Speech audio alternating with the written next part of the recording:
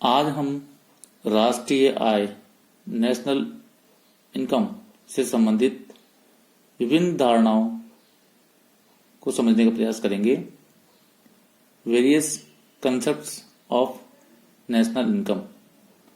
इसमें पहला है कुल घरेलू उत्पाद, ग्रोस डोमेस्टिक प्रोडक्ट, जीडीपी।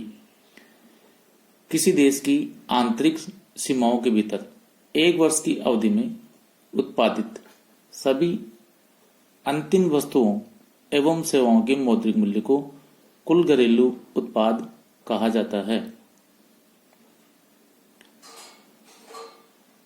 उपयोग में या उत्पादन में प्रयोग की गई मशीनों आदि की गिरावट के वार्षिक मूल्य को शुद्ध घरेलू उत्पाद से घटा देने पर शुद्ध घरेलू उत्पाद नेट डोमेस्टिक प्रोडक्ट का अनुमान प्राप्त होता है। अर्थात जीडीपी मार्केट प्राइस में से यदि हम डेप्रीशिएशन को घटा देंगे तो we will get NDP at market price. दूसरा जो इसका रूप है वह है कुल राष्ट्रीय उत्पाद, ग्रोस नेशनल प्रोडक्ट, जीएनपी। यह किसी देश में एक वर्ष की अवधि में अंतिम वस्तुओं और सेवाओं के कुल उत्पादन के मौद्रिक मूल्य में विदेशों से प्राप्त आय को जोड़ देने पर कुल राष्ट्रीय उत्पाद का ज्ञात होता है। यह भी संभव है कि हमारे देश में कुछ विदेशी कार्य करते हैं, उनकी आय को हम लोग इसमें से घटा देंगे तथा विदेशों में हमारे देश के नागरिक द्वारा अर्जित आय का हम लोग इसमें जोड़ देते हैं, जीडीपी में जोड़ देते हैं। इस प्रकार GNP equal to GDP plus NFIA अर्थात net factor income from abroad. अब हम शुद्ध राष्ट्रीय उत्पाद नेट नेशनल प्रोडक्ट एनएनपी के बारे में बात करेंगे। जब हम उत्पादन करते हैं तो मशीनों तथा पूंजीगत पदार्थों के प्रयोग के कारण उनमें गिरावट तथा टूट-फूट होती है, जिससे मूल्यह्रास डेप्रिसिएशन होता है। यदि कुल राष्ट्रीय उत्पादन जीएनपी में से मूल्यह्रास डेप्रिसिएशन निकाल दिया जाए तो शुद्ध राष्ट्रीय उत्पादन का ज्ञान होता है।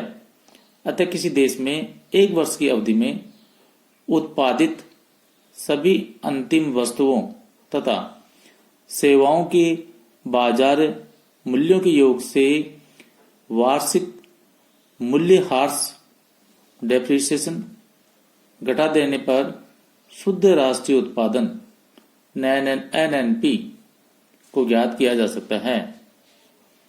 क्योंकि एनएनपी का मूल्यांकन बाजार कीमतों पर ही किया जाता है, इसलिए इसे बाजार कीमतों पर राष्ट्रीय आय national income at market prices भी कहा जाता है।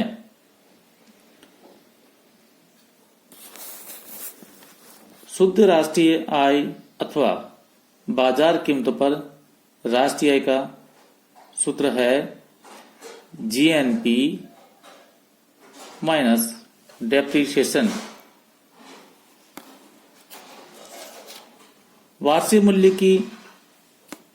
वार्षिक मूल्यह्रास की गणना करना कठिन होता है और इसकी गणना के लिए तरीके भी अलग अलग अपनाए जाते हैं।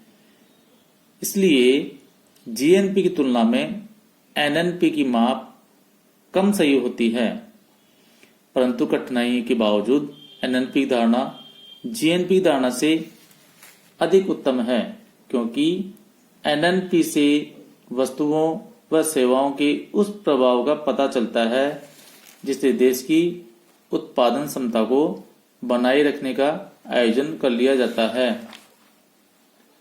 विभिन्न वर्षों तथा विभिन्न देशों के बीच उत्पादन तथा आय की तुलना के लिए भी एनएनपी की धारणा जीएनपी की से अपेक्षाकृत अधिक अच्छी मानी जाती है। अब हम राष्ट्रीय आय अथवा साधन लागत पर राष्ट्रीय आय की बात की गणना के बारे में चर्चा करेंगे। वस्तुओं एवं सेवाओं का उत्पादन करने वाले साधनों द्वारा आयों का उपार्जन किया जाता है। एक वर्ष की अवधि में साधनों द्वारा देश तथा विदेश में किए गए उत्पादन से प्राप्त कुल शुद्ध आय को जोड़ इस वर्ष की राष्ट्रीय आय को व्यक्त करता है। जब हम बाजार मूल्यों पर शुद्ध उत्पादन अथवा राष्ट्रीय आय एनएनपी का अनुमान लगाते हैं तो उसमें अप्रत्यक्ष करों की राशि भी सम्मिलित रहती है, परंतु जो आय उत्पत्ति के साधनों को प्राप्त होती है उसमें सरकार द्वारा लगाए गए अप्रत्यक्ष कर शामिल नहीं होते हैं। अतः साधन लागतों पर विशुद्ध राष्ट्रीय आय का अनुमान लगाने के लिए हमें बाजार कीमतों पर शुद्ध राष्ट्रीय उत्पादन एनएनपी एट मार्केट प्राइस में से अप्रत्यक्ष करों की राशि घटा देनी चाहिए। कई बार सरकार कुछ उद्योगों द्वारा उत्पादित कुछ वस्तुओं पर अनुदान भी देती है, सब्सिडी।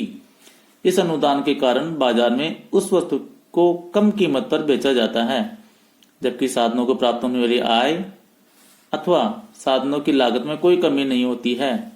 एनएनपी में अनुदान शामिल नहीं किया जाता है क्योंकि यह बाजार कीमत का एक अंग नहीं होता है। चूंकि अनुदान राष्ट्रीय आय का एक अंग है, इसलिए राष्ट्रीय आय प्राप्त करने के लिए अनुदान की राशि को एनएनपी में जोड़ा जाता है। इसका सूत्र है राष्ट्रीय आय साधन लागत पर national income at factor cost is equal to शुद्ध राष्ट्रीय उत्पादन एनएनपी एट मार्केट प्राइस में से अप्रत्यक्ष कर को घटा दिया जाता है और अनुदान को जोड़ दिया जाता है।